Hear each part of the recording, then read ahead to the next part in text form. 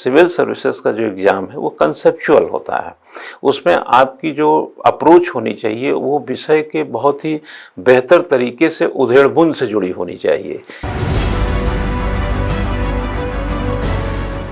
अगर मैं civil services के पॉइंट ऑफ व्यू से थोड़ी देर बात करूं तो जो कोर सब्जेक्ट्स हैं, जैसे कि मैं हिस्ट्री की बात करूं, यानी हिंदी में अगर बोलूं तो इतिहास की, भूगोल की, राज व्यवस्था की, अर्थव्यवस्था और विज्ञान एवं तकनीक की, समसामयिकी की चर्चा इसके साथ कर लिया जाए तो जनरली मैं ये कह सकता हूँ कि विगत कुछ वर्षों से, करीब 2 वर्ष से देखेंगे तो सिविल सर्विसेज में समसामयिक जो क्वेश्चंस हैं उनकी संख्या तेज़ी से कम हुई है।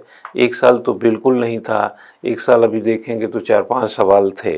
तो मैं हमेशा स्टूडेंट को क्लास में हो या ऑनलाइन क्लासेस में हो या कोई काउंसलिंग सेशन में आया हो, उन सभी को मैं ये बताता हूँ कि बहुत सारे, जैसे हमारे ज़िंदगी में बहुत सारे रिश्ते बड़े कोर इशू के होते हैं और कुछ रिश्ते जो होते हैं कि वो इनके बाद निभाए जाते हैं।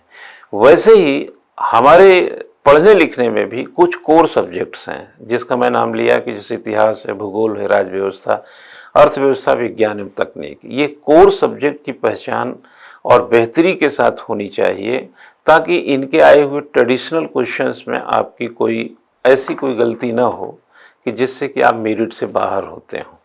इसके साथ समसामयिक चलता रहता है और समसामयिक एक अखबारी पॉइंट ऑफ व्यू से देखें, पत्रिका के पॉइंट ऑफ व्यू से देखें, टीवी की परिचर्चा के पॉइंट ऑफ व्यू से देखें, आप यूट्यूब में या सोशल मीडिया के और भी किसी प्लेटफॉर्म से आप इसको प्राप्त कर सकते हैं। तो जनरली क्या होता है कि समसामयिक जो विषय होते हैं वो अट्रैक्टिव फैक्टर के होते हैं, जबकि हकीकत है कि अचीवर फैक्टर के जो कोर सब्जेक्ट्स होते हैं वो होते हैं। यानी कि आपको 50 क्वेश्चन से ज़्यादा सिविल सर्विसेज में, 100 में जीएस में सही करना है तो आप कोर सब्जेक्ट के ठीक से अध्ययन के बगैर ये संभव नहीं है।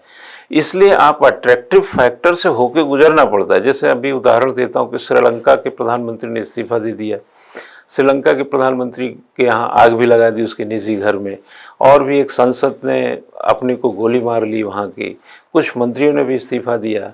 तो इस प्रकार से देखा जाए तो वहाँ की जो आर्थिक क्राइसिस है, एक प्रकार से इकोनॉमिकल क्राइसिस है, वो धीरे धीरे एक बड़ा विहंगम और मतलब खराब रुख लेता चला जा रहा है और श्रीलंका एक मतलब बड़ी खराब परिस्थितियों में फंसता जा रहा है।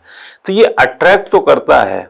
जानकारी की दृष्टि से आप वैश्विक समाज में रहते हैं और आप एक सिविल सर्विसेज तैयारी करते हैं तो इन्फॉर्मेटिव दुनिया में इस इन्फॉर्मेशन से आप वंचित नहीं रह सकते। लेकिन अगर इसको परीक्षा की दृष्टि से देखा जाए तो कितना उपजाऊ है ये समझने वाली बात है।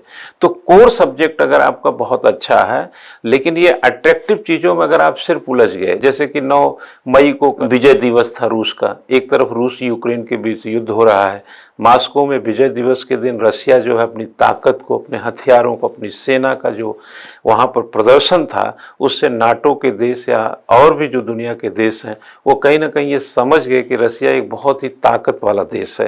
तो ये अट्रैक्टिव फैक्टर तो बहुत अच्छा है, इसमें आप घंटे 2 घंटे खूब अच्छे से जान सकते हैं। लेकिन ये देखें कि परीक्षा की दृष्टि से ये कितना उपजाऊ है। तो जनरली स्टूडेंट्स क्या करते हैं कि अट्रैक्टिव चीज़ों में बहुत ज़्यादा समय देते हैं, जिसके कारण उनके जो कोर सब्जेक्ट्स हैं जैसे हिस्ट्री है, ज्योग्राफी है, इंडियन पॉलिटी, इंडियन कॉन्स्टिट्यूशन है, इंडियन इकोनॉमी है, साइंस टेक है, ये पिछड़ जाता है।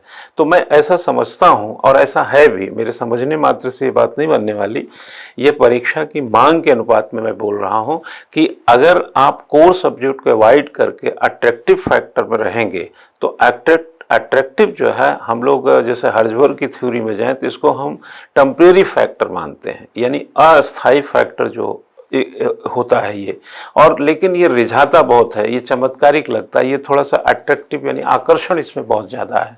तो अखबार उठाते हैं तो आप बहुत आकर्षित खबर पाते हैं, लेकिन आपको ये देखना है कि आप जिस परीक्षा की तैयारी में वो कहाँ आपको लेके जाता है। यही यूट्यूब, सोशल मीडिया, फेसबुक या व्हाट्सएप जो भी आपके पास माध्यम है उसमें जाएंगे तो बड़ी अच्छी अच्छी चीज़ें मिलती हैं, लेकिन आप ये देखें कि परीक्षा की दृष्टि से उसे काम का है कि नहीं है। यही एक अच्छी रणनीति होती परीक्षा के समीप खड़े उन विद्यार्थियों के लिए। लेकिन मैं साथ में ये बोल सकता हूं कि सिविल सर्विसेज का जो एग्ज़ाम है वो कंसेप्चुअल होता है। उसमें आपकी जो अप्रोच होनी चाहिए वो विषय के बहुत ही बेहतर तरीके से उधेड़-बुन से जुड़ी होनी चाहिए। आपको थोड़ा सा फैक्चुअल पर भी ध्यान देना। जैसे उदाहरण देता हूँ कि यूक्रेन पर रसिया ने हमला कब किया था, माना एक क्वेश्चन है, तो अब आप 24 फरवरी को आपको सही उत्तर होना होगा।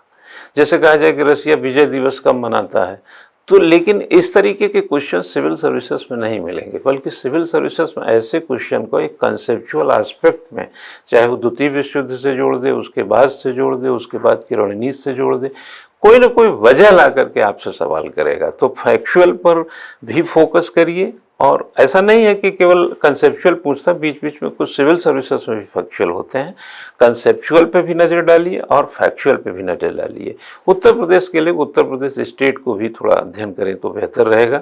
समसामयिक विषयों को समय दीजिए, लेकिन कोर सब्जेक्ट्स को नज़रअंदाज नहीं कर सकते हैं, यानी कि कोर पर जोर देना ही होगा।